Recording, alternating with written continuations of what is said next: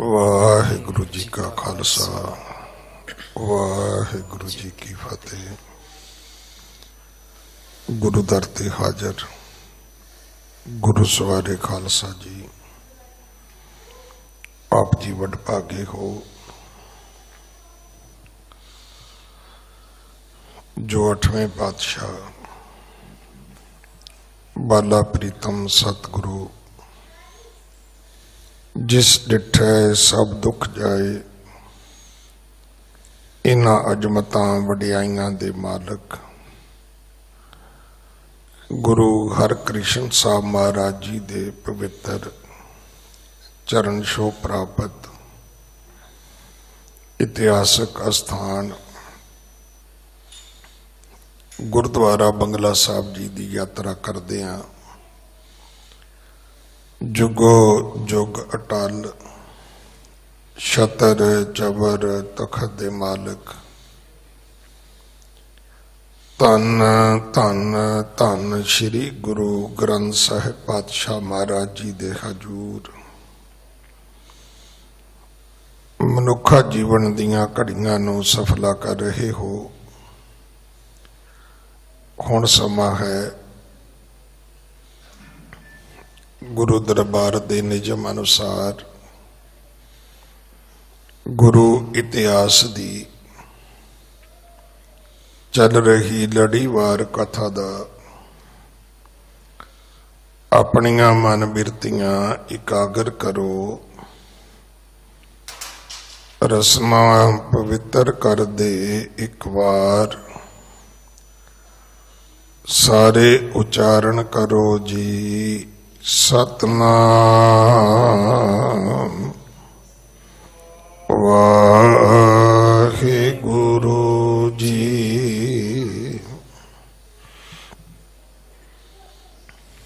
ये इतिहास पहले पातशाह जाहर पीर जगत गुरु कल तारण आए श्री गुरु नानक देव महाराज जी का है। सतगुरु जी ने धरत लुकाई नूं सोधन वास्ते, जगत जलंदे नूं ठारण वास्ते, साडे जीवां दे उधार वास्ते चार उदासियां कीतियां और पंजवीं जिसनूं पंजाब फेरी आख्या जाता है, 9 खंडां दा 4 चक्कां दा सतगुरु जी ने भरमण कीता सी। बाबे तारे 4 चक 9 खंड पृथ्वी, ये सतगुरु जी दे पर उपकार जिहड़े ने ये उन्हां दा खेत्रफल है। कित्थों तक सतगुरु गए, केड़ी केड़ी धरती, कित्थों कित्थों दे जीव जिहड़े सतगुरु तो वरसाए गए। इस दरम्यान भगत प्रहलाद की कथा का प्रसंग आउंदा है। भगत प्रहलाद का जन्म किवें होया, हरनाकश की मौत किवें होई। हरनाकश ते उहदा भरा ये राक्षस दैत, इन्हां ने धरती ते राज स्थापित किया।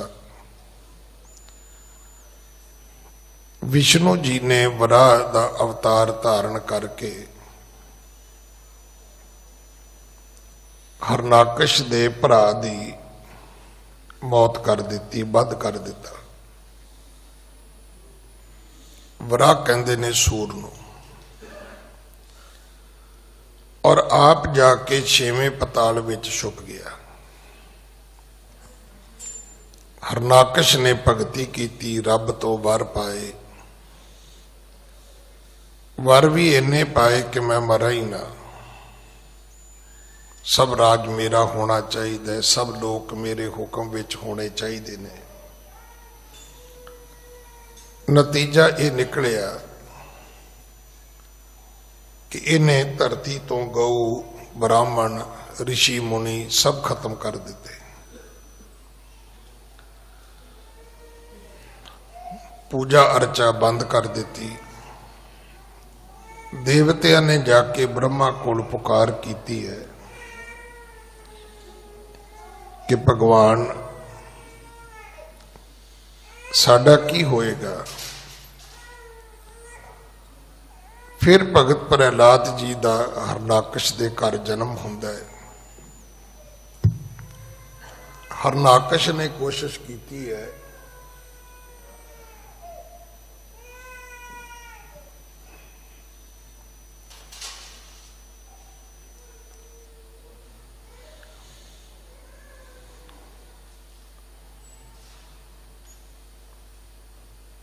कि बच्चे नूं पढ़ाया जाए। शुक्र दे पुत्रा नूं संडे नूं मरके नूं ये आदेश किया गया तुसी पढ़ाउणा है।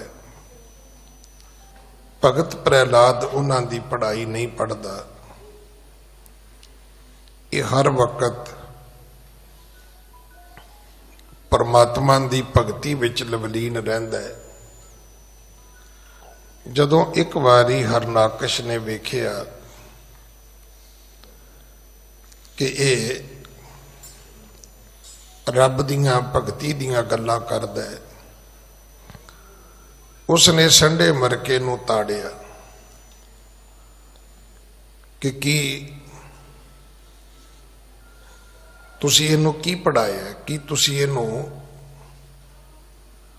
पढ़ा नहीं सकदे।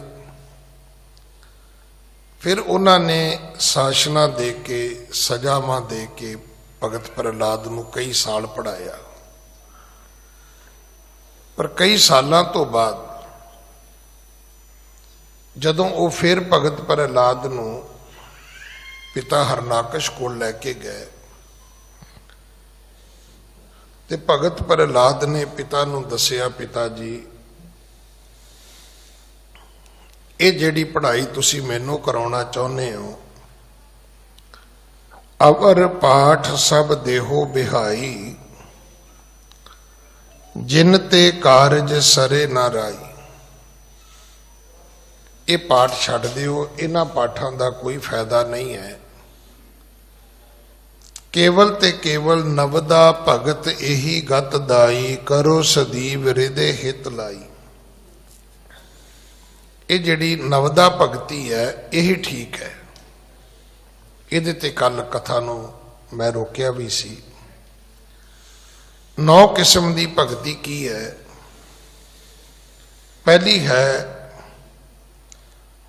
परमात्मा दा जस सुनना, दूजा परमात्मा दी याद विच रहना, तीजा परमात्मा दे गुणां दा गुणानुवाद करना जिन्हों आपां कीर्तन कहने आ। चौथा है परमात्मा दे चरणां दी सेवा करनी। पंजवां है परमात्मा दी पूजा अर्चा करनी। छेवां है परमात्मा नूं मत्था टेकना, उसनूं नमस्कार करनी। जिवें हुण असीं मत्था टेकदे हां, ये वेखा विखाई है। जे आपां कहीए ना भी असीं गुरु जी बारे कुछ जाणदे हां, इस करके मत्था टेक रहे हां कि गुरु जी वड्डे ने, गुरु जी दयालु ने, गुरु जी कृपालु ने, उन्हां दे बिरध बारे कोई सानू ज्ञान होवे, बिल्कुल भी नहीं है। सानू कोई ज्ञान नहीं है। सिर्फ वेखा वेखी एक ने मत्था टेकिया, दूजे ने भी टेक दिता। मत्था टेकना ये 6वीं पद्धति है। पहलियां 5 गल्लां हो जाणगियां, मत्था आपे टिक जाएगा। जिहदे चरणां दी सेवा करोगे ਜਿਹਦੀ ਦਿਨ ਰਾਤ ਇਬਾਦਤ ਕਰੋਗੇ, ਜਿਹਦੀ ਯਾਦ ਵਿੱਚ ਰਹੋਗੇ, ਜਿਹਦੇ ਦਿਨ ਰਾਤ ਗੁਣ ਸੁਣੋਗੇ, ਉਹਨੂੰ ਮੱਥਾ ਨਹੀਂ ਟੇਕੋਗੇ ਤਾਂ ਹੋਰ ਕੀ ਕਰੋਗੇ? ਉਹਦੇ ਅੱਗੇ ਸੀਸ ਆਪੇ ਹੀ ਝੁਕ ਜਾਏਗਾ। ਸਤਵਾਂ ਸੀ ਦ੍ਰਿੜ ਵਿਸ਼ਵਾਸ ਹੋਣਾ। ਮੱਥਾ ਟੇਕਣ ਤੋਂ ਬਾਅਦ ਫਿਰ ਜਾਣਾ ਨਹੀਂ ਸੀ ਚਾਹੀਦਾ ਕਿਤੇ।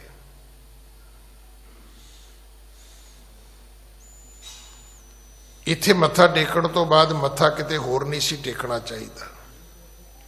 ਮੈਂ ਤਾਂ ਕੱਲ ਵੀ ਬੇਨਤੀ ਕੀਤੀ ਵੀ ਜਿਨ੍ਹਾਂ ਨੇ ਇੱਥੇ ਮੱਥਾ ਨਹੀਂ ਟੇਕਿਆ ਉਹਨਾਂ ਨੇ ਥਾਂ ਥਾਂ ਤੇ ਟੇਕਿਆ। ਛੋਟੀ ਛੋਟੀ ਗਰਜ ਅੱਗੇ ਮੱਥਾ ਟੇਕਣਾ ਪਿਆ ਉਹਨਾਂ ਨੂੰ। ਪਰ ਇਹ ਜ਼ਰੂਰ ਚੇਤਾ ਰੱਖਣਾ, ਕਹਿੰਦੇ ਜਿਸ ਦਰ पे ना झुके सर,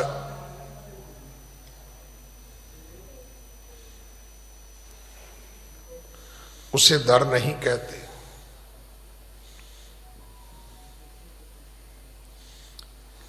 वो दर ही नहीं,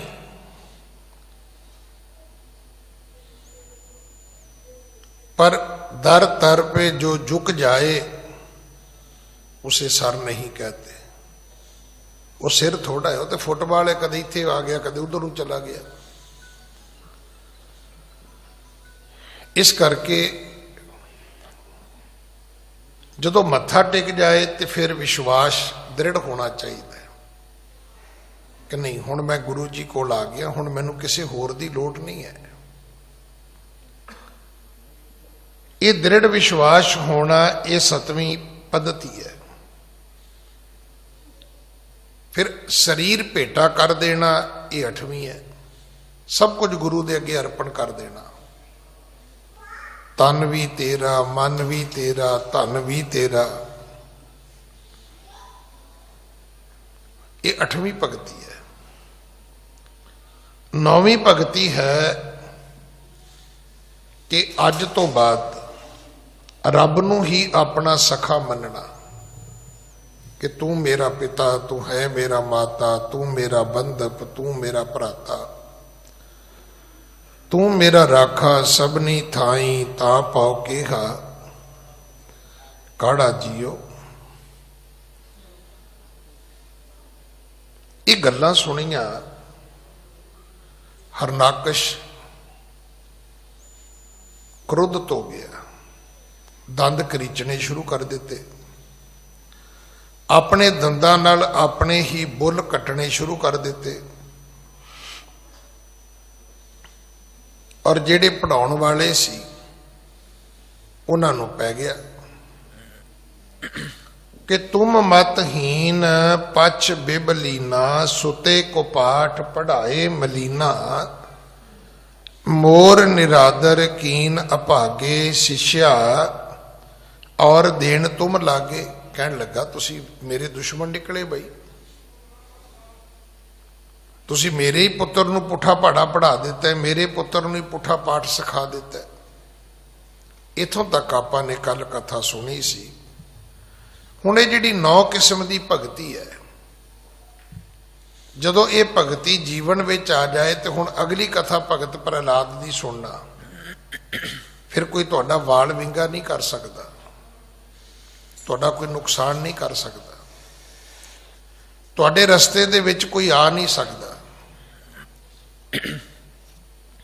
जिवें आपां कहने ना भी रोज ही कोई कहता जी मेरे राह च राहू केतू आ गया, भी पुछो भी वो कौन है।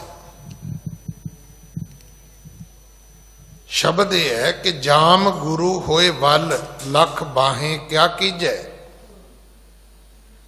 तुहाडे सामने लखां बाहां लैके लोग खलोते होण कुट्टण मारन लई, वो तुहाडा कुछ नहीं कर सकते क्योंकि तुहाडे नाल गुरु है। गुरु तुहाडे वल है। शब्द जदों भी पढ़ना है इदां ही पढ़ना है कि जां तू मेरे वल है तां क्या मुशल्दा। असी की कीता है, साडे वल गुरु नहीं है, असी सारी दुनिया ही अपने वल कीती हुई है। सारा दिन इसे मैनेजमेंट में ही लगे रहने हैं, उन्होंने भी खुश कर लो, उन्होंने भी खुश कर लो, उन्होंने अपनी पार्टी च लै, उन्होंने अपने धड़े च लै आओ। पर जे गुरु वल होवे तो दुनिया आपे ही वल हो जाती है भाई। जदों तुहाडी हवा वगेगी ना,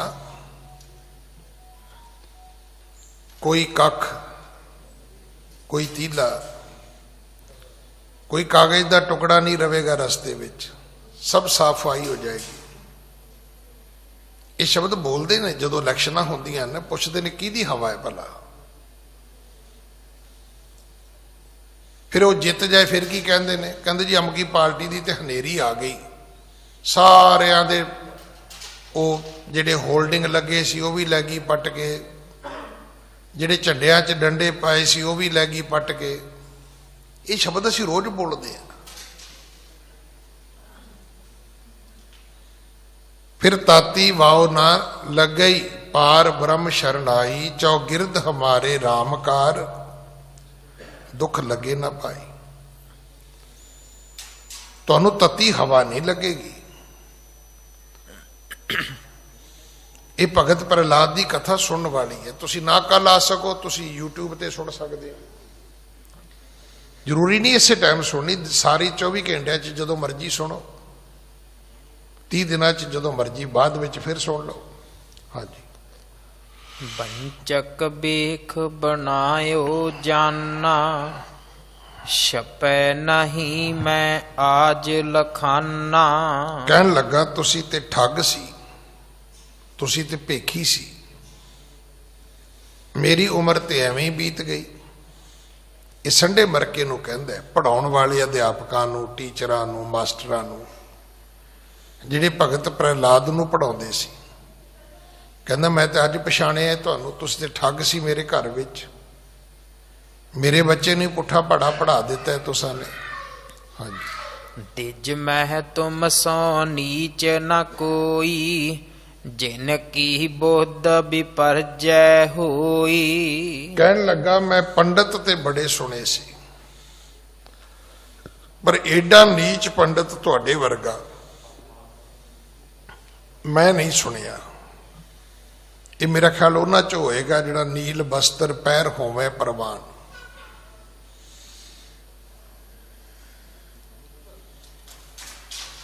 कि ऐसे भी ब्राह्मण लोग होए, पंडित लोग होए, जदों इस्लामक राज आया तो उन्होंने कपड़े मुसलमानी पा ले, मुसलमानियां पढ़े कतेबा, संयम तुरका भाई, उन्हां वांगू दाढ़ी वधा ली, उन्हां वांगू रोजे रखने शुरू कर दिते।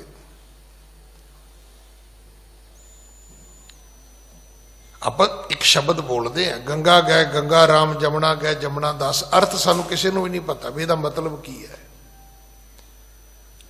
इसका मतलब ये होंदा भी जे आम पार्टी आ गई तो सिर ते टोपी रख ली, जे बीजेपी आ गई तो जेब दे नाल फुल ला लिया, जे कांग्रेस की पार्टी आ गई तो कार ते पंजा ला लिया। मतलब मौसम वांगू बदलते ने लोग, जिवें वैदर चेंज होंदा है ना, इदा उन्होंने कहते ने गंगा गए तो गंगा राम, जमुना गए तो जमुना दास। असी ये बड़िया बड़िया वड्डियां उदाहरणा ने एवं सस्तियां जियां करके छड़ी जाते रही ने घर वेड़े च बैठे।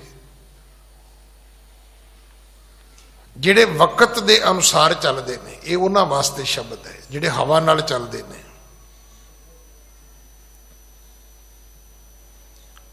तो ये जिहड़े दो पंडित शुक्र दे पुत्र सी, ये संडा ते मरका, कहन लगा भी दिज मैं तुम सो नीच ना कोई।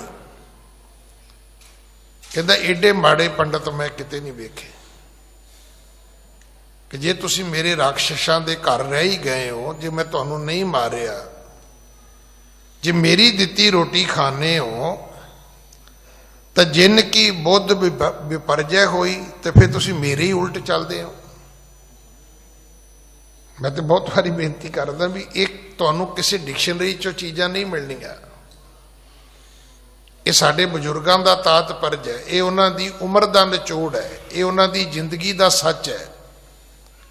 वो कहंदे हुंदे सी पुत्र जिस दी खाई है बाजरी, तिस दी भरी है हाजरी।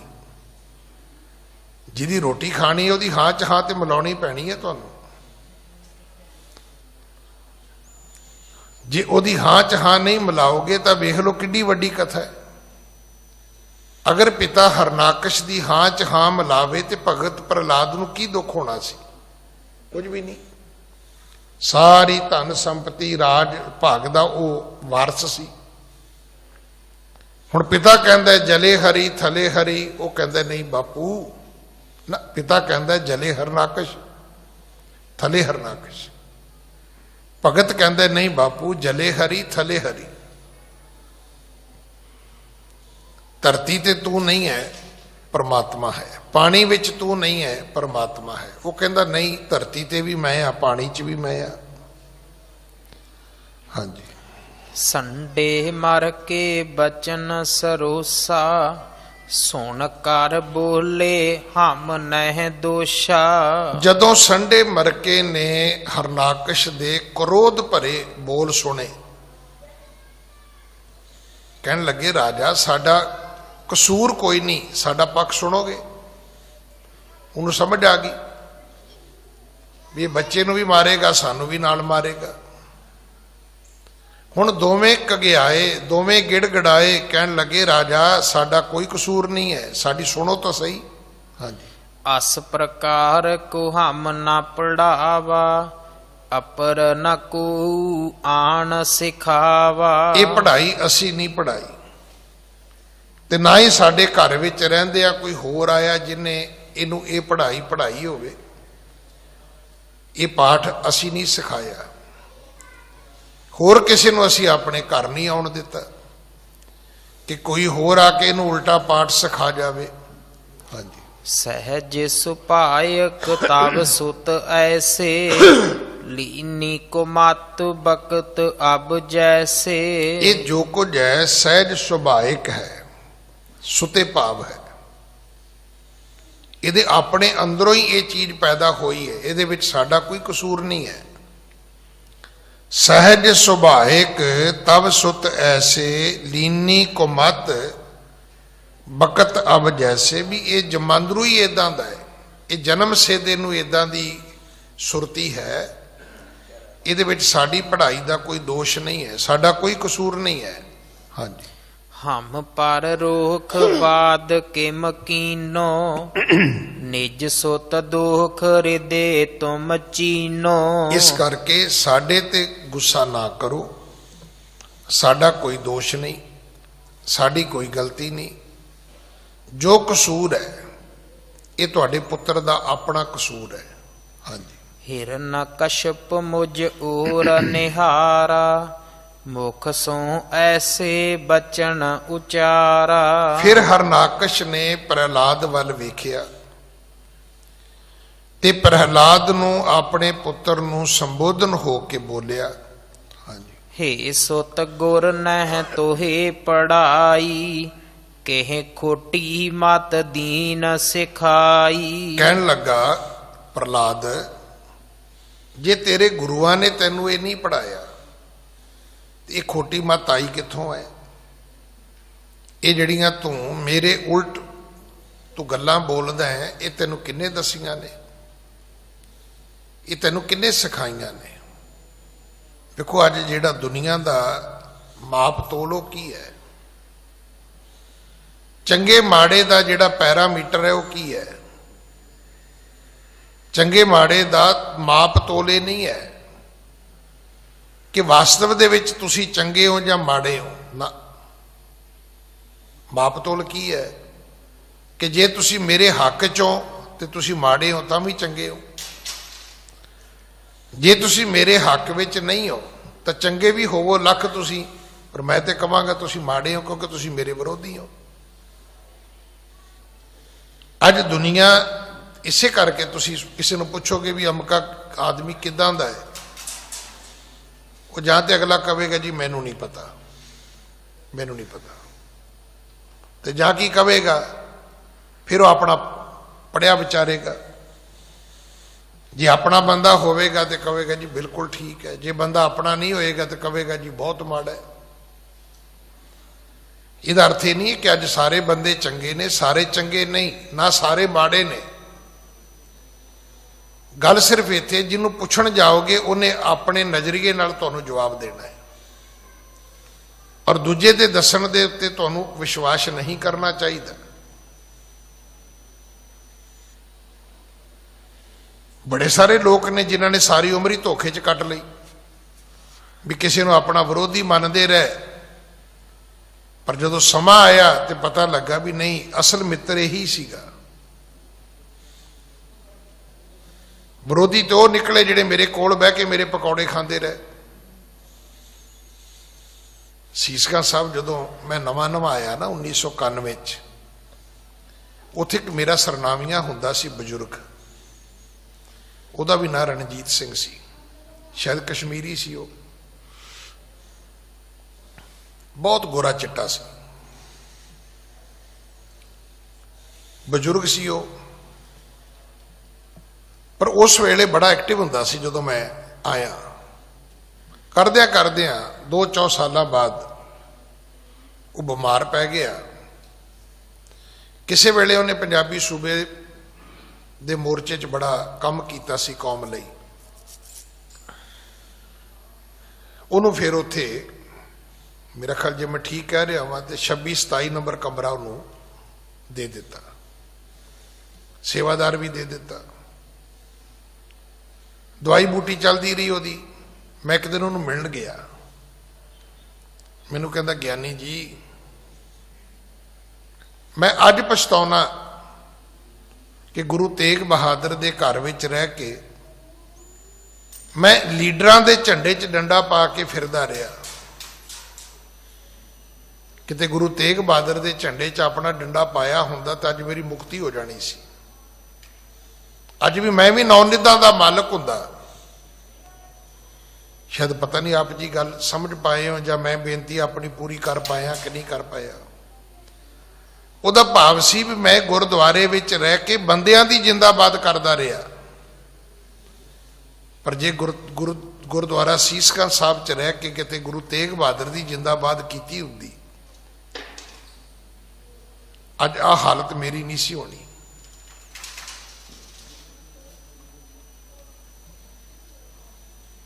ਹੁਣ ਭਗਤ ਪ੍ਰਹਿਲਾਦ ਨੂੰ ਹਰਨਾਕਸ਼ ਪੁੱਛਦਾ ਵੀ ਇਹ ਤੈਨੂੰ ਪੁੱਠੀ ਮੱਤ ਕਿਹਨੇ ਦਿੱਤੀ? ਹਾਲਾਂਕਿ ਉਹਦੀ ਮੱਤ ਪੁੱਠੀ ਨਹੀਂ ਹੈ, ਪੁੱਠੀ ਮੱਤ ਹਰਨਾਕਸ਼ ਦੀ ਹੈ, ਤੇ ਆਪਣੀ ਮੱਤ ਪੁੱਠੀ ਹੋਣ ਕਰਕੇ ਉਹਨੂੰ ਸਾਰੇ ਪੁੱਠੇ ਨਜ਼ਰ ਆਉਂਦੇ ਨੇ। ਇਹ ਜ਼ਰੂਰ ਚੇਤਾ ਰੱਖਣਾ। ਹਰ ਚੀਜ਼ ਮਾੜੀ ਨਹੀਂ ਹੈ। ਤੁਸੀਂ ਇਹ ਵੇਖ, ਤੁਹਾਡਾ ਨਜ਼ਰੀਆ ਕੀ ਹੈ? ਗੱਲ ਤੇ ਸਿਰਫ ਇੰਨੀ ਹੈ, ਤੁਸੀਂ ਆਪਣੀਆਂ ਅੱਖਾਂ ਨਾਲ ਵੇਖ ਰਹੇ ਹੋ, ਔਰ ਇਹ ਹਕੀਕਤ ਹੈ, ਬਾਣੀ ਦਾ ਫੈਸਲਾ ਹੈ ਕਿ ਜੈਸਾ ਵੇਖੈ ਤੈਸਾ ਵੇਖ। ਹੁਣ ਮੇਰੇ ਸਾਹਮਣੇ ਇੱਕ ਬਜ਼ੁਰਗ ਬੈਠਾ ਹੈ, ਮੈਂ ਇਹਨੂੰ ਕਹਾਂ ਵੀ ਇਹ ਤੇ ਬੁੱਢਾ ਹੈ, ਤੇ ਦੱਸੋ ਮੈਨੂੰ ਮੁੰਡਾ ਖੁੰਡਾ ਕਿੱਥੋਂ ਨਜ਼ਰ ਆ ਜਾਏਗਾ? ਤੇ ਜੇ ਉਹਨੂੰ ਮੈਂ ਵੇਖਾਂ ਵੀ ਇਹ ਤੇ ਬਿਲਕੁਲ ਮੇਰੇ ਪਿਤਾ ਜੀ ਵਰਗਾ ਹੈ, ਬਿਲਕੁਲ ਇਸੇ ਤਰ੍ਹਾਂ ਉਹਨਾਂ ਦੀ ਚਿੱਟੀ ਦਾੜੀ ਹੁੰਦੀ ਸੀ, ਇਸੇ ਤਰ੍ਹਾਂ ਦੇ ਚਿੱਟੇ ਕੱਪੜੇ ਹੁੰਦੇ ਸੀ, ਇਸ ਤਰ੍ਹਾਂ ਦੀ ਉਹਨਾਂ ਦੀ ਚਿੱਟੀ ਪੱਗ ਹੁੰਦੀ ਸੀ, ਤਾਂ ਮੈਨੂੰ ਬਿਲਕੁਲ ਮੇਰੇ ਦਾਦੇ ਪਿਤਾ ਵਰਗੇ ਹੀ ਨਜ਼ਰ ਆਉਣਗੇ। ਹੁਣ ਜੇ ਤੁਸੀਂ ਕਿਸੇ ਨੂੰ ਦੁਸ਼ਮਣ ਵੇਖੋਗੇ ਤਾਂ ਤੁਹਾਨੂੰ ਮਿੱਤਰ ਕਿਵੇਂ ਨਜ਼ਰ ਆ ਸਕਦਾ? ਹਾਂ, ਜੇ ਤੁਸੀਂ ਕਿਸੇ ਨੂੰ ਮਿੱਤਰ ਵੇਖੋਗੇ ਉਹ ਦੁਸ਼ਮਣ ਬਣ ਹੀ ਨਹੀਂ ਸਕਦਾ। ਇਹ ਗੁਰੂ ਅਰਜਨ ਸਾਹਿਬ ਦਾ ਫੈਸਲਾ ਹੈ। ਉਹ ਕਹਿੰਦੇ ਸਭ ਕੋ ਮੀਤ ਹਮ ਆਪਨ ਕੀਨਾ, ਸਾਰਿਆਂ ਨੂੰ ਮੈਂ ਆਪਣਾ ਮਿੱਤਰ ਬਣਾਇਆ। ਹੁਣ ਜਦੋਂ ਤੁਸੀਂ ਆਪਣਾ ਮਿੱਤਰ ਬਣਾ ਲਿਆ, ਤੁਸੀਂ ਤੁਹਾਨੂੰ ਕੋ ਕਵੇ ਵੀ ਉਹ ਤੇ ਜੀ ਤੁਹਾਡਾ ਦੁਸ਼ਮਣ ਹੈ, ਤੇ ਤੁਸੀਂ ਕਹੋਗੇ ਇਹ ਉਹਦਾ ਪੱਖ ਹੈ, ਮੇਰਾ ਪੱਖ ਨਹੀਂ ਹੈ। ਉਹ ਦੁਸ਼ਮਣ ਮੈਨੂੰ ਮੰਨਦਾ ਹੈ, ਮੈਂ ਤਾਂ ਦੁਸ਼ਮਣ ਮੰਨਦਾ ਹੀ ਨਹੀਂ ਉਹਨੂੰ। ਮੈਂ ਤਾਂ ਉਹਨੂੰ ਆਪਣਾ ਵੱਡਾ ਭਰਾ ਸਮਝਦਾ। ਦੱਸੋ ਕਿ ਇਹਦਾ ਜਵਾਬ ਹੈ ਕੋਈ ਦੁਨੀਆ ਦੇ ਵਿੱਚ? ਕੋਈ। ਅਸਲ ਵਿੱਚ ਉਲਟੀ ਮੱਤ ਹਰਨਾਕਸ਼ ਦੀ ਸੀ, ਭਗਤ ਪ੍ਰਹਿਲਾਦ ਦੀ ਨਹੀਂ ਸੀ। ਹਰਨਾਕਸ਼ ਪੁੱਛਦਾ ਹੈ ਕਿ ਕੇ ਖੋਟੀ ਮਤ ਦੀਨ ਸਿਖਾਈ। ਉਹ ਕਾਕਾ ਤੈਨੂੰ ਇਹ ਪੁੱਠੀ ਮਤ, ਉਲਟੀ ਮਤ ਸਿਖਾਈ ਕਿੰਨੇ ਹੈ? ਹਾਂਜੀ। ਸੁਣ ਮਹਿ ਪਿਤ ਸੋ ਬਚਨ ਬਖਾਨਾ, ਤਜੋ ਤਾਤ ਸੰਤਾਪ ਮਹਾਨਾ। ਅੱਗੋਂ ਭਗਤ ਪ੍ਰਹਿਲਾਦ ਨੇ ਕਿਹਾ, ਪਿਤਾ ਜੀ ਇਹ ਸੰਤਾਪ ਛੱਡੋ, ਇਸ ਸਾੜੇ ਵਿੱਚ ਕਿੰਨਾ ਚਿਰ ਜਿਉਂਦੇ ਰਹੋਗੇ? ਵੀ ਗਊ ਨਹੀਂ ਰਹਿਣ ਦੇਣੀ, ਬ੍ਰਾਹਮਣ ਨਹੀਂ ਰਹਿਣ ਦੇਣਾ, ਕੋਈ ਰਿਸ਼ੀ ਮੁਨੀ ਨਹੀਂ ਰਹਿਣ ਦੇਣਾ, ਕੋਈ ਰੱਬ ਦੀ ਪੂਜਾ ਅਰਚਾ ਨਹੀਂ ਕਿਸੇ ਨੂੰ ਕਰਨ ਦੇਣੀ। ਇਹ ਕਦੋਂ ਤੱਕ ਰੋਕੋਗੇ ਤੁਸੀਂ? ਦੇਖੋ, ਨੇਤ ਨੂੰ ਕੋਈ ਨਹੀਂ ਰੋਕ ਸਕਦਾ। ਅੱਜ ਵੀ ਤੁਸੀਂ ਵੇਖੋ, ਡੈਮ ਬਣੇ, ਨਦੀਆਂ ਤੇ ਦਰਿਆਵਾਂ ਨੂੰ ਬੰਦੇ ਨੇ ਰੋਕਿਆ, ਬੰਦੇ ਤੋਂ ਸਮੁੰਦਰ ਨਹੀਂ ਰੋਕ ਸਕਿਆ।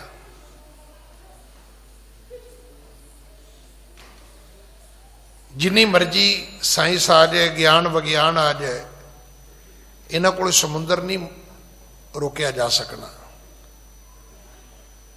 ਇਹ ਠੀਕ ਹੈ ਕਿ ਇਹਨਾਂ ਨੇ ਆਪਣੀ ਸਹੂਲਤ ਦੇ ਲਈ ਸਮੁੰਦਰ ਚੋਂ ਰਸਤੇ ਕੱਢਣ ਦੀ ਕੋਸ਼ਿਸ਼ ਕੀਤੀ ਹੈ, ਟਨਲ ਬਣਾਈਆਂ ਨੇ, ਸੈਂਕੜੇ ਮੀਲ ਵੀ ਬਣਾ ਲਈਆਂ ਨੇ, ਪਰ ਸਮੁੰਦਰ ਤੇ ਨਹੀਂ ਰੁਕਿਆ ਇਹਨਾਂ ਕੋਲ।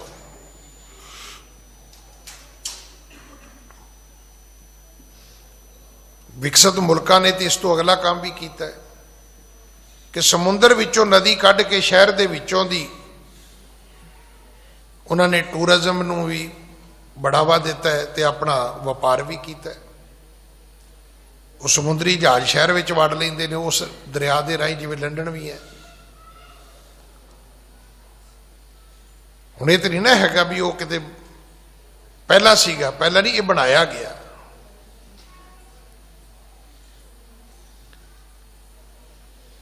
ਹਰਨਾਕਸ਼ ਨੂੰ ਭਗਤ ਪ੍ਰਹਿਲਾਦ ਕਹਿੰਦਾ, ਬਾਪੂ ਇਸ ਚੱਕਰ ਵਿੱਚ ਨਾ ਪੈ, ਤੂੰ ਨੇਤ ਨੂੰ ਨਹੀਂ ਮੋੜ ਸਕਦਾ। ਹੁਣ ਜੋ ਕੁਦਰਤ ਰੱਬ ਨੇ ਬਣਾਈ, ਕੋਈ ਆਖੇ ਬੰਦਾ ਕਵੇ ਮੈਂ ਇਸ ਕੁਦਰਤ ਨੂੰ ਮੋੜ ਦਿਆਂਗਾ, ਪਹਿਲਾਂ ਤਾਂ ਤੂੰ ਆਪਣੀ ਉਮਰ ਦਾ ਹਿਸਾਬ ਲਾ ਵੀ ਤੇਰੀ ਉਮਰ ਕਿੰਨੀ ਕੁ ਹੈ। ਜੇ ਮੰਨ ਲਓ ਕਿਸੇ ਬੰਦੇ ਦੀ ਉਮਰ 80 ਸਾਲ ਹੈ ਤੇ 40 ਸਾਲ ਗਿਣੇ ਹੋ ਜੇ, ਕਿਉਂਕਿ 40 ਸਾਲ ਤੇ 100 ਕੇ ਕੱਟ ਜਾਣੀ ਹੈ। ਜਿਹੜੇ ਵਰਕਿੰਗ ਜਿਹੜੇ ਦਿਨ ਹੋਣਗੇ ਜਾਂ ਸਾਲ ਹੋਣਗੇ, ਉਹ 40 ਰਹਿ ਜਾਣੇ ਨੇ 80 ਚੋਂ।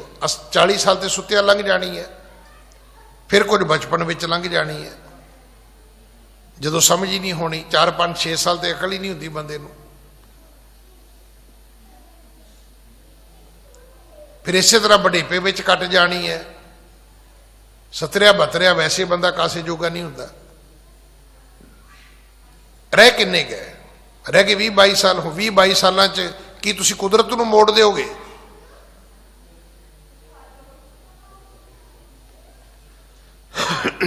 ਇਹ ਸਾਰਾ ਕੁਝ ਸੰਭਵ ਨਹੀਂ ਹੈ।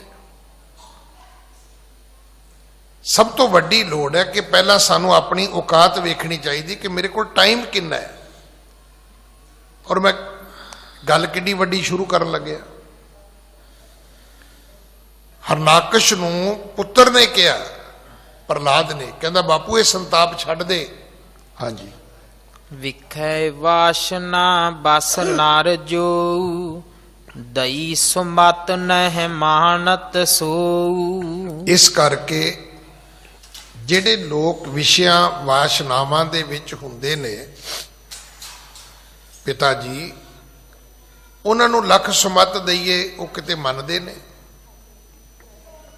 ਤੁਸੀਂ ਇਸ ਗੱਲ ਦਾ ਅੱਜ ਤੋਂ ਬਾਅਦ ਇੱਕ ਯਤਨ ਕਰਨਾ ਹੈ। ਕੋਈ ਬੀੜੀ ਪੀਂਦਾ ਹੋਵੇ, ਸਿਗਰਟ ਪੀਂਦਾ ਹੋਵੇ, ਜਰਦਾ ਖਾਂਦਾ ਹੋਵੇ, ਸ਼ਰਾਬ ਪੀਂਦਾ ਹੋਵੇ, ਚੋਰੀ ਕਰਦਾ ਹੋਵੇ, ਕੋਈ ਗਲਤ ਕੰਮ ਕਰਦਾ ਹੋਵੇ, ਤੁਸੀਂ ਉਹਨੂੰ ਰੋਕ ਕੇ ਵੇਖਿਓ। ਤੁਹਾਡੀ ਸਾਰੀ ਜ਼ਿੰਦਗੀ ਦਾ ਇੱਕ ਐਕਸਪੀਰੀਅੰਸ ਆਏਗਾ ਕਿ ਮੁਸ਼ਕਲ ਨਾਲ 5-7 ਬੰਦੇ ਤੁਹਾਡੇ ਆਖੇ ਲੱਗਣਗੇ। ਸਤਿਗੁਰੂ ਨੇ ਬਾਣੀ 'ਚ ਲਿਖਿਆ ਇਸ ਗੱਲ ਨੂੰ ਕਿ ਜੋ ਸ਼ੈਤਾਨ ਵੰਝਾਇਆ ਸੇਕਿਤ ਫੇਰਾ ਚਿੱਤ, ਕੁਕੇਂਦਿਆਂ ਚੁਗੇਂਦਿਆਂ ਮੱਤੀ ਦੇਂਦਿਆਂ ਨਿਤ। ਰੋਜ਼ ਕਥਾ ਹੁੰਦੀ, ਹਰ ਕਥਾਵਾਚਕ ਹੀ ਆਪਣਾ ਜ਼ੋਰ ਲਾਈ ਜਾਂਦਾ ਹੈ ਕਿ ਕਥਾਵਾਚਕਾਂ ਦੇ ਜ਼ੋਰ ਲਾਉਣ ਨਾਲ ਦੁਨੀਆ ਬ੍ਰਹਮ ਗਿਆਨੀ ਹੋ ਜਾਏਗੀ। ਇਹ ਤਾਂ ਸਾਨੂੰ ਵੀ ਕਹਿ ਦਿੰਦੇ ਨੇ, ਕਹਿੰਦੇ ਆਓ ਬਾਬਾ ਜੀ ਤੁਹਾਨੂੰ ਤਨਖਾਹ ਮਿਲਦੀ, ਤੁਸੀਂ ਤੇ ਬੋਲਣਾ ਹੀ ਹੈ। ਉਹ ਸਮਝਦੇ ਵੀ ਇਹਨਾਂ ਦੀ ਤੇ ਡਿਊਟੀ ਹੈ। ਹੁਣ ਇਹਨਾਂ ਦੀ ਗੱਲ ਮੰਨ ਕੇ ਤੇ ਫਿਰ ਅਸੀਂ ਕੀ ਕਰੀਏ? ਜਿਨ੍ਹਾਂ ਨੇ ਇਹ ਜੱਗ ਮਿੱਠਾ ਕਰਕੇ ਮੰਨਿਆ ਉਹ ਨਹੀਂ ਆਖੇ ਲੱਗਣ ਵਾਸਤੇ ਤਿਆਰ ਹੋਣਗੇ। ਭਗਤ ਪ੍ਰਹਿਲਾਦ ਨੇ ਕਿਹਾ, ਪਿਤਾ ਜੀ ਵਿਖੇ ਵਾਸ਼ਨਾ ਬਸ ਨਰ ਜੋ, ਦਈ ਸੁਮਤ ਨ ਮਾਨਤ ਸੋ। ਵਿਸ਼ੇ ਵਿਕਾਰਾਂ ਦੇ ਵਿੱਚ ਫਸੇ ਬੰਦੇ ਨੂੰ ਲੱਖ ਮਤ ਦਿਓ, ਉਹ ਆਖੇ ਨਹੀਂ ਲੱਗੇਗਾ। ਹਾਂਜੀ। ਕੋਟ ਭਾਂਤ ਸਮਝਾਏ ਜੇ ਤਾਸੂ, ਬੇਮੁਖ ਹਿਰਦੇ ਨਾ ਆਨੈ ਕਾਸੂ। ਕੋਟ ਕਰੋੜਾਂ ਉਦਾਹਰਨਾਂ ਦਿਓ, ਕਰੋੜਾਂ ਤਸ਼ਬੀਹਾਂ ਦਿਓ, ਕਰੋੜਾਂ ਤਰ੍ਹਾਂ ਦੇ ਦ੍ਰਿਸ਼ਟਾਂਤ ਦਿਓ, ਪਰ ਉਹ ਜਿਹੜਾ ਮਨੁੱਖ ਹੈ ਉਹ ਬੇਮੁਖ ਹਿਰਦੇ ਨਾ ਆਨੇ ਕਾਸੂ। ਉਹ ਬੇਮੁਖ ਬੰਦੇ ਨੂੰ ਇੱਕ ਵੀ ਗੱਲ ਤੁਹਾਡੀ ਜਿਹੜੀ ਉਹ ਚੰਗੀ ਨਹੀਂ ਲੱਗੇਗੀ।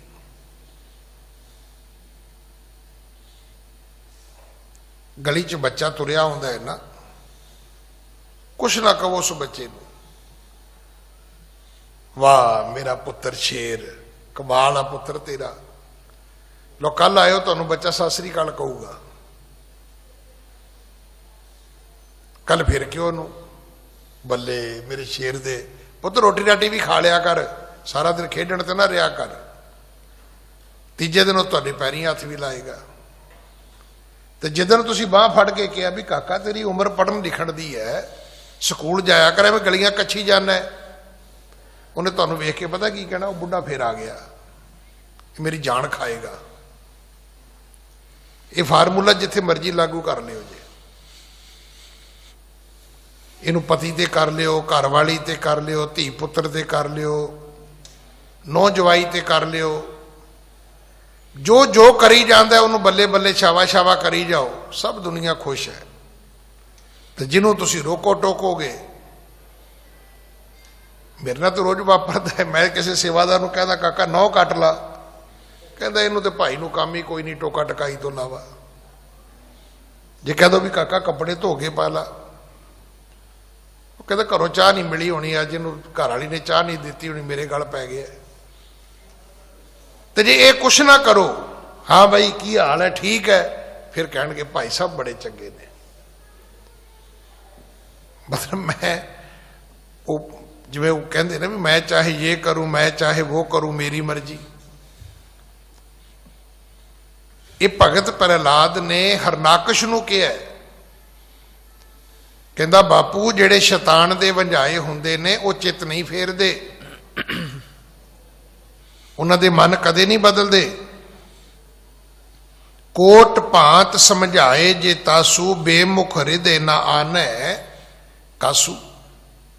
ਬੇਮੁਖ ਆਦਮੀ ਤੁਹਾਡੀ ਗੱਲ ਕਦੇ ਨਹੀਂ ਮੰਨੇਗਾ। ਹਾਂਜੀ। ਮਾਨ ਸਰੋਵਰ ਬਾਸ ਸੁਖਾਰਾ, ਕਰਨੋ ਮੁਕਤਾ ਕੇਰ ਆਹਾਰਾ। ਮਾਨ ਸਰੋਵਰ ਤੇ ਵਾਸਾ ਕਹਿੰਦੇ ਬਹੁਤ ਚੰਗਾ ਹੈ। ਜਿਹੜੇ ਮਾਨ ਸਰੋਵਰ ਤੇ ਪੰਛੀ ਰਹਿੰਦੇ ਨੇ ਉਹ ਹੀਰੇ ਮੋਤੀ ਚੁਗਦੇ ਨੇ। ਹੁਣ ਇਹ ਗੱਲ ਸੁਣ ਲਈ ਸਭ ਨੇ। ਮਾਨ ਸਰੋਵਰ ਬੜੀ ਇੱਕ ਅੱਛੀ ਕੋਈ ਪਵਿੱਤਰ ਧਰਤੀ ਹੈ, ਥਾਂ ਹੈ, ਇੱਕ ਬੜੇ ਵੱਡੇ ਪਾਣੀ ਦਾ ਇੱਕ ਸੰਗ੍ਰਹਿ ਹੈ। ਉੱਥੇ ਜਿਹੜੇ ਪੰਛੀ ਰਹਿੰਦੇ ਨੇ ਉਹ ਹੀਰੇ ਮੋਤੀ ਚੁਗਦੇ ਨੇ। ਇਹ ਭਗਤ ਪ੍ਰਹਿਲਾਦ ਦੇ ਮੂੰਹ ਤੋਂ ਕਵੀ ਜੀ ਲਿਖਵਾ ਰਹੇ ਨੇ। ਉਹ ਆਪਣੇ ਪਿਤਾ ਹਰਨਾਕਸ਼ ਨੂੰ ਕਹਿ ਰਿਹਾ, ਬਾਪੂ ਵੀ ਜੇ ਕਿਹਾ ਜਾਵੇ ਵੀ ਮਾਨ ਸਰੋਵਰ ਦੇ ਪੰਛੀ ਸੌਖੇ ਰਹਿੰਦੇ ਨੇ, ਦੁੱਖ ਕੋਈ ਨਹੀਂ ਵੇਖਣਾ ਪੈਂਦਾ, ਹੀਰੇ ਮੋਤੀ ਖਾਣ ਨੂੰ ਮਿਲਦੇ ਨੇ। ਹਾਂਜੀ। ਬਾਇਸ ਸੀਖ ਨ ਮਾਨੇ ਕਬਹੀ, ਜੇ ਉਤਮ ਗੁਣ ਹੋਵੇ ਸਭ ਹੀ। ਕਹਿੰਦਾ ਬਾਪੂ ਜੇ ਕਾਂ ਨੂੰ ਕਹੀਏ ਕਿ ਤੂੰ ਮਾਨ ਸਰੋਵਰ ਤੇ ਚਲੇ ਜਾਓ, ਕਹੇਗਾ ਮੇਰਾ ਉੱਥੇ ਕੀ ਕੰਮ ਹੈ? ਕਿਉਂਕਿ ਕਾਂ ਨੇ ਤਾਂ ਗੋਬਰ ਵਿੱਚ ਚੁੰਝ ਮਾਰ ਕੇ ਉਹਦੇ ਚੋਂ ਦਾਣਾ ਕੱਢਣਾ ਹੈ। ਜਿਹੜਾ ਗਾਂ ਮੱਝ ਨੇ ਤੁਸੀਂ ਦਾਣੇ ਪਾਏ ਨੇ ਨਾ, ਉਹ ਜਦੋਂ ਗਾਂ ਮੱਝ ਗੋਬਰ ਕਰਦੀ ਤੇ ਬਹੁਤੇ ਦਾਣੇ ਉਹਦੇ ਵਿੱਚ ਸਾਬਤ ਹੀ ਹੁੰਦੇ ਨੇ। ਤੁਸੀਂ ਵੇਖ ਲਿਓ, ਕਾਂ ਹਮੇਸ਼ਾ ਗੰਦਗੀ ਫਰੋਲਦਾ। ਹਰਨਾਕਸ਼ ਕਹਿੰਦਾ ਕਿ ਤੈਨੂੰ ਪੁੱਠੀ ਮੱਤ ਕਿਹਨੇ ਦਿੱਤੀ ਹੈ?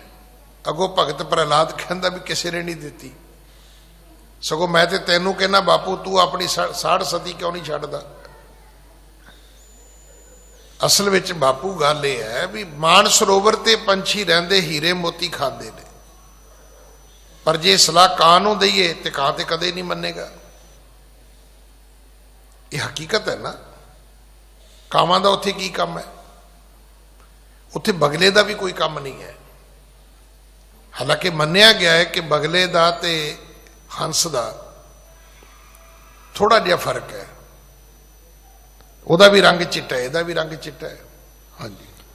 ਤਾਂ ਕੀ ਰਤ ਦੁਰਗੰਧੈ ਮਾਹੀ, ਤਿਉ 60 ਭਗਤ ਸੀਖ ਲੈ ਨਾਹੀ। ਜਿਵੇਂ ਕਾਂ ਦੀ ਬਿਰਤੀ ਗੰਦਗੀ ਵਿੱਚ ਹੈ, ਇਸੇ ਤਰ੍ਹਾਂ ਮੂਰਖ ਨੂੰ ਭਗਤੀ ਦੀ ਗੱਲ ਸਮਝਾਓਗੇ ਕਦੇ ਨਹੀਂ ਸਮਝੇਗਾ।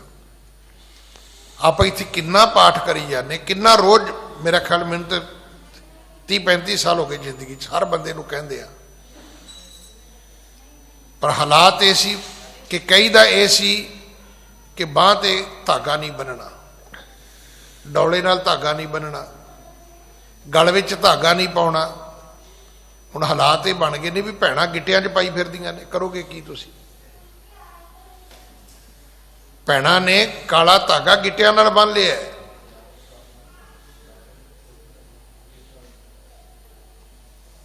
ਤੇ ਪਤਾ ਵੀ ਨਹੀਂ ਸੀ ਲੱਗਣਾ। ਪਤਾ ਇਸ ਕਰਕੇ ਲੱਗ ਗਿਆ ਵੀ ਪਹਿਰਾਵਾ ਹੀ ਇਦਾਂ ਦਾ ਆ ਗਿਆ ਵੀ ਅਸੀਂ ਬਸਤਰ ਹੀ ਉੱਚੇ ਉੱਚੇ ਪਾਉਣੇ ਸ਼ੁਰੂ ਕਰ ਦਿੱਤੇ, ਗਿੱਟੇ ਵੈਸੇ ਹੀ ਨੰਗੇ ਹੋ ਗਏ। ਇਹਨੂੰ ਕਹਿੰਦੇ ਨੇ ਮਰਜ बढ़ता ਗਿਆ ਜੂੰ ਜੂੰ ਦਵਾ ਕਰਤੇ, ਜਿੰਨੀ ਦਵਾਈ ਕੀਤੀ ਓਨੀ ਬਿਮਾਰੀ ਵੱਧ ਗਈ। ਨਹੀਂ ਤੇ ਚਾਹੀਦਾ ਇਹ ਸੀਗਾ ਵੀ ਜਦੋਂ ਭਗਤੀ ਸਭ ਕੁਝ ਦਿੰਦੀ ਹੈ ਤੇ ਬਾਕੀ ਚੀਜ਼ਾਂ ਦੀ ਲੋੜ ਕੀ ਹੈ। ਭਗਤ ਪ੍ਰਹਲਾਦ ਨੇ ਆਪਣੇ ਪਿਤਾ ਹਰਨਾਕਸ਼ ਨੂੰ ਕਿਹਾ ਕਿ ਪਿਤਾ ਜੀ, ਜਿਸ ਕਾਂ ਦੀ ਬਿਰਤੀ ਦੁਰਗੰਧ ਵਿੱਚ ਹੈ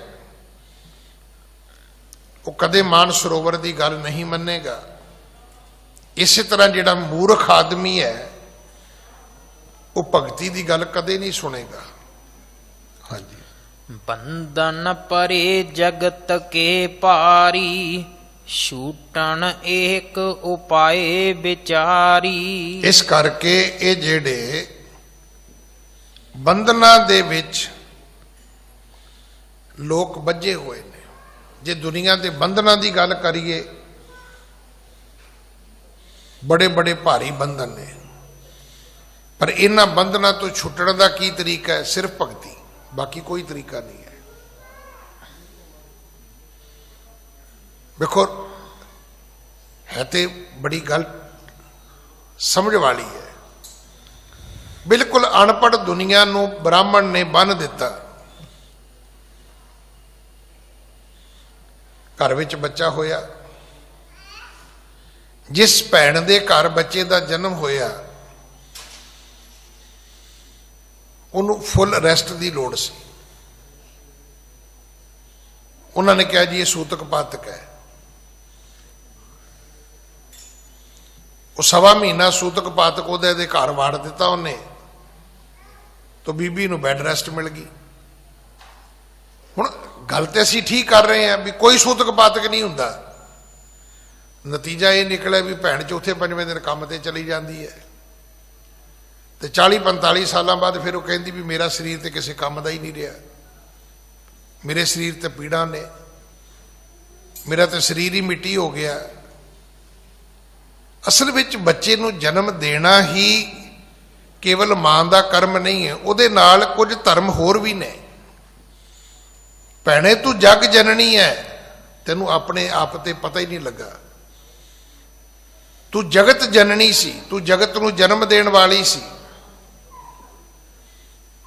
ਵੱਡੇ ਵੱਡੇ ਰਾਜੇ ਮਹਾਰਾਜੇ ਮਹਾਪੁਰਖ ਅਗਰ ਗੁਰੂ ਨਾਨਕ ਸਾਹਿਬ ਵੀ ਇਸ ਧਰਤੀ ਤੇ ਆਏ ਨੇ ਤੇ ਉਹਨਾਂ ਨੂੰ ਜਨਮ ਮਾਂ ਤ੍ਰਿਪਤਾ ਨੇ ਦਿੱਤਾ ਸੀ।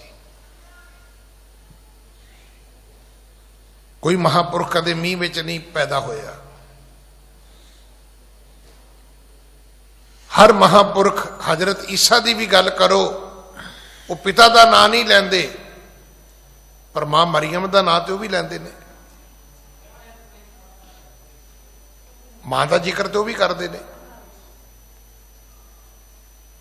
कि मां तो बगैर बच्चे का जन्म हो सकता है, मात पिता बिन बाल ना होई, ये गुरबाणी का फैसला है।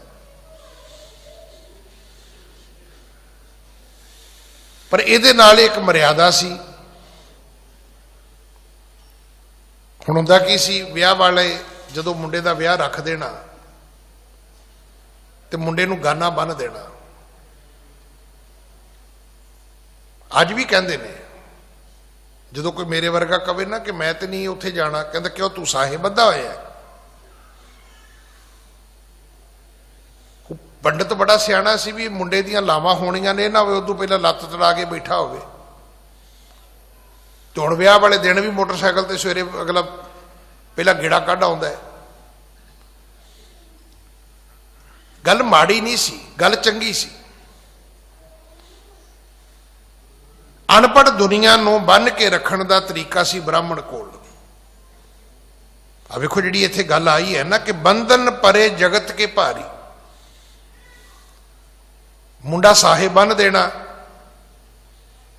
ते मुंडे नूं घर दे कहंदे सी भी काका तू ना पट्ठे कुतरने ने, ना तू पट्ठे वढणे। उन्हां भी विआह वाले दिन पट्टी हत्थ ते बधी होवे। गल्लां ते ठीक सीगियां भी विआह वाले दिन विआह दा हीरो ते तू ही है। जिन्ना सहुरियां दे पिंड दे विच जां सहुरे परिवार च मेल इकट्ठा होया हुंदा है, कदे किसी ने कहा भी मुंडे दा प्यो वेखना, कहंदे मुंडा वेखना है। इस तरह कुड़ी ते लागू किया जाता सी। जदों कुड़ी विआह के आ जाती सी ते सहुरे परिवार दे विच कोई नहीं सी पुछदा भी मुंडे दी मां वेखनी है, कहते ना बहू वेखनी है, पैसे देने पे तो भी दे देंगे। साडे पिंडां च दो शब्द बोले जाते हुंदे सी, एक हुंदा सी मूँह विखाई, एक हुंदा सी घुट चकाई। बड़े प्यारे शब्द सी। वो कहते, वो कहना भी ताई जी नौं ते विखाओ, कहना पो झोली च पैसे पा पहला। ये बड़े वधिया संस्कार सी। असीं इहनूं झाड़दियां जी एवें ही है जी, एवें ही है जी, एवें ही है जी। नतीजा की निकलिया, कुड़ी का मूँह वेखणी कोई नहीं आता। अखीर कुड़ी ने घुट च लाउणा कढ़ना भी छड्ड दित्ता। उन्हें कहा छड्डो परा, जदों किसी ने मूँह ही नहीं वेखना, पैसे नहीं देने किसी ने, ते मैं गल नूं फाह कद नहीं पा के रखना है। एक रिस्पैक्ट हुंदी सी उस बच्ची दी, उस घर विच आई दी। मेरे वर्गे प्रचारकां ने ऐसा लीरो लीर समाज किया, ऐसा लीरो लीर किया। वो जिहड़ियां कदरां कीमतां किते किसी तरीके नाल वधियां सी, वो सारियां खुल गईयां। अगे जदों कुड़ी सहुरे घर आउंदी सी ना, सगन कीते जांदे सी। हुण काहदे सगन करने, विआह तो पहला 15 वारी तो कुड़ी आ जाती है घर। मुड़ शॉपिंग तो इकट्ठे करी जाते, तो दोपहरे रोटी उसे घर ही खानी होंदी है। इसे करके कोई क्रेज नहीं है। अगे हुंदा सी भी डोली तोरनी है जी, वो नूंह आउणी है जी, वो कहंदे इत्थे रोज़ तो कुड़ी तुरी फिरदी है, तो की वेखना की उहदा। जिहड़ा इहनूं शब्द कहंदे सी आकर्षण, वो खत्म हो गया।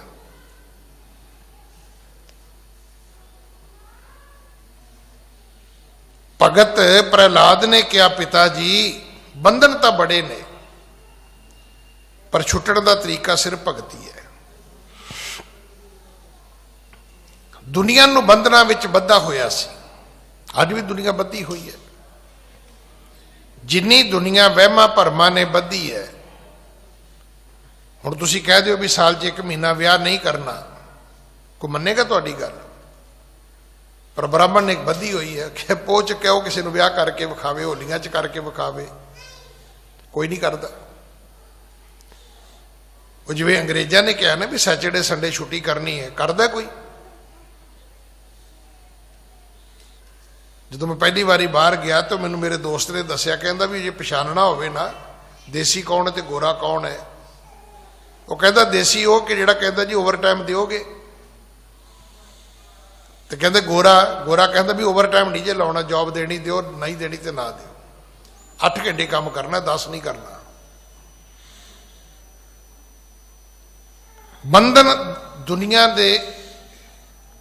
ਦੁਨੀਆ ਬੰਧਨਾਂ 'ਚ ਬੱਝੀ ਹੋਈ ਹੈ। ਇਹ ਮਤ ਸੋਚਣਾ ਕਾਨੂੰਨ ਦਾ ਇੰਨਾ ਡਰ ਹੈ। ਜਿੰਨੀ ਸ਼ਰਾਬ ਧਰਮ ਨੇ ਛਡਾਈ ਹੈ ਨਾ, ਇੰਨੀ ਸ਼ਰਾਬ ਗੌਰਮੈਂਟ ਤੇ ਛਡਾਉਂਦੀ ਨਹੀਂ। ਗੌਰਮੈਂਟ ਤਾਂ ਠੇਕਾ ਖੋਲ੍ਹਦੀ ਹੈ, ਨਾਲ ਬਹਿ ਕੇ ਪੀਣ ਲਈ ਹਾਤਾ ਵੀ ਖੋਲ੍ਹਦੀ ਹੈ। ਫਿਰ ਤੁਸੀਂ ਪੀ ਕੇ ਤੁਰੇ ਫਿਰੋ, ਫਿਰ ਉਹਦਾ ਉਹਨਾਂ ਨੇ ਇੱਕ ਲੈਵਲ ਵੀ ਰੱਖਿਆ ਵੀ ਇੰਨੀ ਕਿਤੇ ਪੀ ਸਕਦੇ ਹੋ ਤੁਸੀਂ। ਇਹ ਧਰਮ ਹੀ ਹੈ ਜਿਹੜਾ ਕਹਿੰਦਾ ਵੀ ਨਹੀਂ, ਸ਼ਰਾਬ ਗੰਗਾ ਦੀ ਵੀ ਬਣੀ ਹੋਏ ਤੇ ਤੁਸੀਂ ਨਹੀਂ ਪੀ ਸਕਦੇ। ਹਾਂਜੀ। ਸੁਣ ਧਾਰੇ ਸਤਿਗੁਰ ਉਪਦੇਸ਼ਾ, ਬਹੁਰ ਨ ਰਹੇ ਦੁਖ ਕੋ ਲੇਸਾ। ਇਹ ਤਾਂ ਕੋਈ ਸਤਿਗੁਰੂ ਦਾ ਉਪਦੇਸ਼ ਸੁਣੇ ਤਾਂ ਉਹਦੇ ਜੀਵਨ ਦੇ ਪਿਤਾ ਜੀ ਦੁੱਖ ਮਿਟ ਸਕਦੇ ਨੇ। ਸਤਿਗੁਰੂ ਦੇ ਉਪਦੇਸ਼ ਸੁਣੇ ਬਿਨਾ ਇਹ ਜੀਵਨ ਸੁਖੀ ਨਹੀਂ ਹੋ ਸਕਦਾ। ਹਰਨਾਕਸ਼ ਇੰਨਾ ਕੁਝ ਪਾ ਕੇ ਵੀ ਸੁਖੀ ਨਹੀਂ ਸੀ, ਕਿਉਂਕਿ ਉਹ ਵਿਸ਼ਨੂੰ ਨਾਲ ਵੈਰ ਬੰਨ ਕੇ ਬੈਠਾ, ਤੇ ਵੈਰ ਨੇ ਕਦੇ ਤੁਹਾਨੂੰ ਸੌਣ ਹੀ ਨਹੀਂ ਦੇਣਾ। ਵੈਰ ਦੇ ਵਿੱਚ ਸੁਖ ਸ਼ਾਂਤੀ ਲੱਭਣ ਜਾਓਗੇ ਤੇ ਬਿਲਕੁਲ ਨਹੀਂ ਲੱਭੇਗੀ ਤੁਹਾਨੂੰ। ਹਾਂਜੀ। ਧਨ ਅਰਥੀ ਜੇ ਗੁਰ ਜਗ ਮਾਹੀ, ਆਤਮ ਗਿਆਨ ਰਿਦੇ ਮੈਂ ਨਾਹੀ। ਤੇ ਉਹਨੇ ਸੰਡੇ ਮਰਕੇ ਦਾ ਵੀ ਪਾਜੂ ਘੇੜ ਦਿੱਤਾ। ਕਹਿੰਦਾ ਬਾਪੂ, ਇਹ ਜਿਹੜੇ ਗੁਰੂ ਮੈਨੂੰ ਤੂੰ ਦਿੱਤੇ ਨੇ, ਇਹ ਧਨ ਅਰਥੀ ਨੇ, ਇਹ ਤੇਰੀ ਤਨਖਾਹ ਤੇ ਕੰਮ ਕਰਦੇ ਨੇ। ਇਹ ਮੈਨੂੰ ਠੀਕ ਗਿਆਨ ਕਿਵੇਂ ਦੇ ਸਕਦੇ ਨੇ? ਇਹ ਤੇ ਤੇਰੇ ਵਾਲਾ ਗਿਆਨ ਹੀ ਦੇਣਗੇ, ਕਿਉਂਕਿ ਤੇਰੀ ਬਾਜਰੀ ਖਾਣਗੇ, ਤੇਰੀ ਹਾਜ਼ਰੀ ਭਰਨਗੇ। ਜਿਹੜੇ ਵਜ਼ੀਰ ਖਾਂ ਦੇ ਕਾਜੀ ਸੀ, ਉਹ ਵਜ਼ੀਰ ਖਾਂ ਵਾਲੇ ਫਤਵੇ ਦਿੰਦੇ ਸੀ। ਜਿਹੜੇ ਔਰੰਗਜ਼ੇਬ ਦੇ ਕਾਜੀ ਸੀ, ਔਰੰਗਜ਼ੇਬ ਵਾਲੇ ਫੈਸਲੇ ਦਿੰਦੇ ਸੀ। ਅੱਜ ਵੀ ਤੁਸੀਂ ਵੇਖ ਲਓ, ਧਾਰਮਿਕ ਲੋਕ ਜਿਹੜੇ ਨੇ, ਜਿਹੜੇ ਰਾਜੇ ਨਾਲ ਜਿਹੜੇ ਲੋਕ ਜੁੜੇ ਨੇ, ਕਦੇ ਅੱਜ ਕੱਲ੍ਹ ਜਦੋਂ ਟੀਵੀ ਡਿਬੇਟ ਹੋਵੇ ਨਾ, ਉੱਥੇ ਵੇਖਿਆ ਕਰੋ, ਜਿਹੜੇ ਪ੍ਰੋ ਸਰਕਾਰ ਹੁੰਦੇ ਨੇ ਨਾ, ਸੰਤ ਮਹਾਤਮਾ, ਕਿਆ ਫਿਰ ਉਹ ਖੁਸ਼ਾਮਦ ਕਰਦੇ ਨੇ, ਤੇ ਜਿਹੜੇ ਨਹੀਂ ਪ੍ਰੋ ਸਰਕਾਰ, ਉਹ ਫਿਰ ਪੂਰਾ ਖਲਾਰਾ ਪਾਉਂਦੇ ਨੇ ਟੀਵੀ ਤੇ ਬਹਿ ਕੇ। ਆ ਵੀ ਗਲਤ ਹੈ, ਉਹ ਵੀ ਗਲਤ ਹੈ, ਇਹ ਵੀ ਗਲਤ ਹੈ। ਜਿਹਨੇ ਭਾਈ ਬਾਜਰੀ ਖਾਣੀ, ਉਹਨੂੰ ਹਾਜ਼ਰੀ ਤਾਂ ਭਰਨੀ ਪੈਣੀ ਹੈ। ਹਾਂਜੀ। ਤਿਨ ਤੇ ਪੰਥ ਨ ਸੂਝੇ ਕੈਸੇ, ਅੰਧਾ ਆਗੂ ਅੰਧਨ ਜੈਸੇ। ਇਸ ਕਰਕੇ ਮਾਇਆ ਦੇ ਲਾਲਚ ਵਾਲੇ ਗੁਰੂ ਨਾ ਤਾਂ ਗਿਆਨ ਦੇ ਸਕਦੇ ਨੇ, ਨਾ ਹੀ ਉਹ ਕੋਈ ਠੀਕ ਰਸਤਾ ਦੱਸ ਸਕਦੇ ਨੇ। ਨਤੀਜਾ ਕੀ ਕਿ ਜਿਨ੍ਹਾਂ ਦਾ ਗੁਰੂ ਅੰਨਾ ਹੋਵੇ, ਉਹਨਾਂ ਦੇ ਸ਼ਿਸ਼ ਵੀ ਅੰਨੇ ਹੁੰਦੇ ਨੇ। आप डूबे चौबेद में चेले दिए बहाए। जे अंधा आगू जे थी है, जे इहो जिहा कोई अंधा आगू लभ लोगे तो तुसी की सोचते भी वो किसी को ज्ञान दे सकता है, किसी को सोझी चानन दे सकता है, किसी को रोशनी मार्ग दे सकता है। हाँ जी। जावत गिरसों गरत मजारी, जो तह पाशै गिरे शंगारी। अन्ना मनुख जदों अगों खूच डिगेगा, जेडे उहदे मगर जाणगे वो भी खूच डिगणगे। इसे करके कहंदे ने, एक शब्द है कि की धर्म दे विच ब्लाइंड फेथ होना चाहिए, 101% होना चाहिए। ब्लाइंड फेथ तो बिना धर्म नहीं चलता। ਜਾਂ ਇਉਂ ਕਹਿ ਲਈਏ, ਆਪਾਂ ਧਰਮ ਚੋਂ ਵੀ ਬਾਹਰ ਆ ਜਾਂਦੇ ਹਾਂ। ਫੇਥ ਹਮੇਸ਼ਾ ਹੀ ਬਲਾਈਂਡ ਹੁੰਦਾ ਹੈ। ਹੁਣ ਤੁਹਾਨੂੰ ਆਪਣੇ ਪੁੱਤਰ ਤੇ ਫੇਥ ਹੈ ਕਿ ਤੁਸੀਂ ਰੋਜ਼ ਆਪਣੇ ਬੱਚੇ ਨੂੰ ਚੈੱਕ ਕਰੋਗੇ। ਤੁਹਾਨੂੰ ਆਪਣੀ ਧੀ ਤੇ ਫੇਥ ਹੈ ਕਿ ਤੁਸੀਂ ਰੋਜ਼ ਉਹਦੀ ਇਨਕੁਆਇਰੀ ਕਰੋਗੇ। ਕਿਉਂ ਕਰੋਗੇ? ਤੁਸੀਂ, ਤੁਹਾਨੂੰ ਫੇਥ ਹੈ ਆਪਣੇ ਬੱਚੇ ਤੇ। ਫੇਥ ਹਮੇਸ਼ਾ ਹੀ ਬਲਾਈਂਡ ਹੁੰਦਾ ਹੈ। ਪਰ ਇੱਕ ਗੱਲ ਜ਼ਰੂਰ ਚੇਤਾ ਰੱਖਣਾ, ਉਹ ਕਹਿੰਦੇ ਵੀ ਫੇਥ ਬਲਾਈਂਡ ਹੁੰਦਾ ਹੈ, ਪਰ ਇਹ ਧਿਆਨ ਰੱਖਣਾ, ਜਿਹਦੇ ਤੇ ਤੁਸੀਂ ਫੇਥ ਕਰਨ ਲੱਗੇ ਉਹ ਬਲਾਈਂਡ ਨਹੀਂ ਹੋਣਾ ਚਾਹੀਦਾ। ਮੇਰੇ ਨਾਲ ਇਹ ਸਿੰਘ ਬੈਠਾ ਹੈ, ਹੁਣ ਮੈਂ ਇਹਦੇ ਤੇ ਵਿਸ਼ਵਾਸ ਕਰ ਲਵਾਂ, ਬਲਾਈਂਡ ਫੇਥ ਕਰ ਲਵਾਂ ਕਿ ਮੈਨੂੰ ਠੀਕ ਲੈ ਕੇ ਜਾਏਗਾ, ਤੇ ਪਰ ਮੈਨੂੰ ਇਹ ਚੈੱਕ ਕਰ ਲੈਣਾ ਚਾਹੀਦਾ ਇਹਦੀਆਂ ਅੱਖਾਂ ਹੈਗੀਆਂ ਨੇ।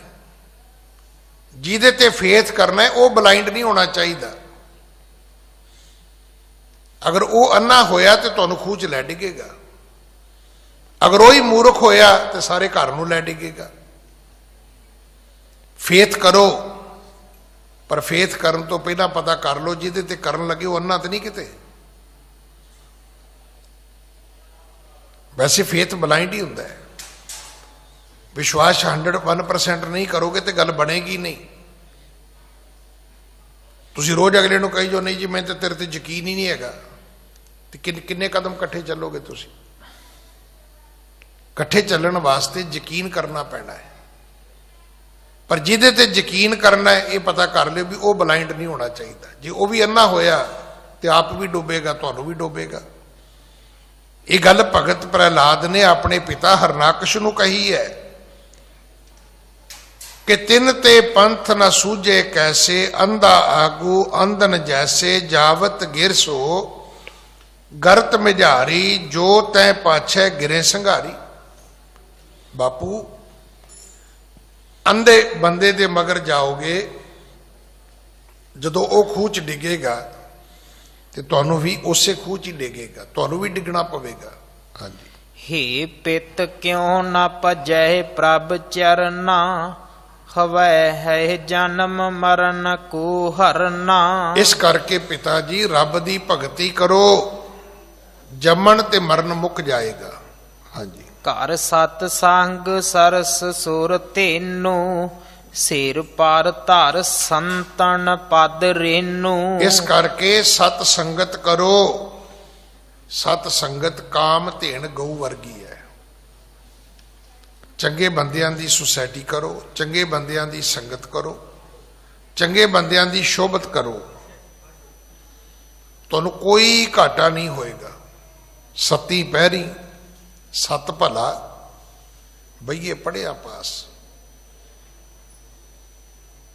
ਚੰਗੇ ਬੰਦਿਆਂ ਵਿੱਚ ਬਵੋ, ਤੁਹਾਨੂੰ ਕਦੇ ਘਾਟਾ ਨਹੀਂ ਹੋਏਗਾ। ਮਾੜੇ ਬੰਦਿਆਂ 'ਚ ਬਵੋਗੇ ਘਾਟਾ ਹੀ ਘਾਟਾ ਹੈ। ਇਹਨੂੰ ਜ਼ਿੰਦਗੀ ਦੇ ਜਿਹੜੇ ਮਰਜ਼ੀ ਪੜਾਅ ਤੇ ਜਾ ਕੇ ਤੁਸੀਂ ਪਰਖ ਵੀ ਲੈਣਾ, ਲਾਗੂ ਵੀ ਕਰ ਲੈਣਾ।